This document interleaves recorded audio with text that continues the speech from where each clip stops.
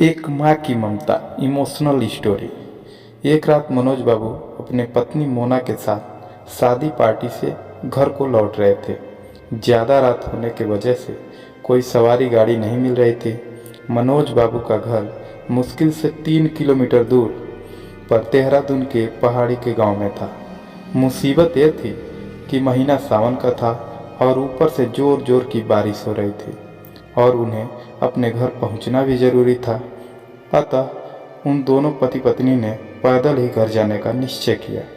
Mobile के torch की मध्यम सी रोशनी में वे दोनों आगे बढ़ने लगे।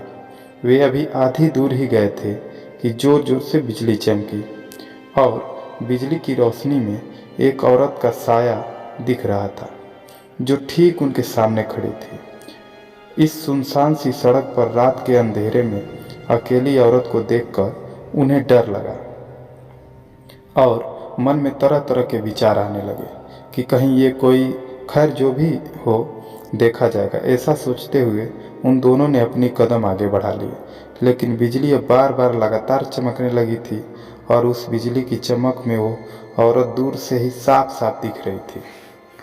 वो औरत उन्हें रुकने का इशारा कर रही थी। उसे देखकर मनोज बाबू की पत्नी की हालत तो खराब हो गई, लेकिन मनोज बाबू को अब लगने लगा कि ये औरत शायद कोई मुसीबत में है। मनोज बाबू जब रुके तो औरत उनके हाथ जोड़ते हुए बोली, भाई साहब प्लीज़ मेरी मदद कीजिए। तेज़ बारिश और पहाड़ी ढलान की वजह से मेरी गाड़ी एक्सीडेंट हो गई है। मेरी गाड़ी इस पहाड़ी की ढलान से नीचे गिर गई है। उसमें मेरी 1 साल की मासूम बच्ची है। प्लीज़ आप दोनों उसे बचा लीजिए। इतना कहते ही वो औरत आगे आगे चलने लगी और न चाहते हुए भी मनोज बाबू अपनी पत्नी के साथ उस अजनबी की औरत के पीछे पीछे चलने लगे, लेकिन एक अनजान भय से उन्हें दोनों के दिल जोर जोर से धड़क रहा था।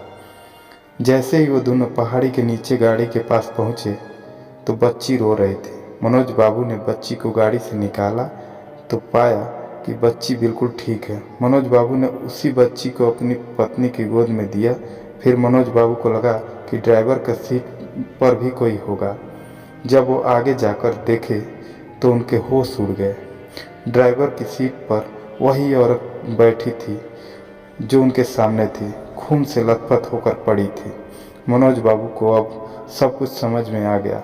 वे दोनों पति पत्नी बच्ची को अपने गोद में लेकर अपने घर की तरफ आगे बढ़े। रास्ते में उनकी पत्नी ने उनसे पूछा, वो औरत कौन थी? फिर वो औरत दिखाई क्यों नहीं दी? कहीं वो कोई? मनोज बाबू बोले, वो एक माँ थी, मर कर भी अपने बच्चे के लिए तड़पती है। वही माँ है, वही एक माँ थी वो। मनोज बाबू की एक कहानी सुनकर मेरी आंखों में आंसू निकल आए। दोस्तों, अगर कोई मुसीबत में हो तो उसकी ज़रूर सहायता करें। क्या पता हमारी एक छोटी सी कोशिश किसी की ज़िंदगी में बाहर ला दे। ये छोटी सी कहानी हर माँ की। दोस्तों, अगर वीडियो अच्छी लगी हो तो एक लाइक कीजिएगा और चैनल को सब्सक्राइब जरूर कीजिएगा।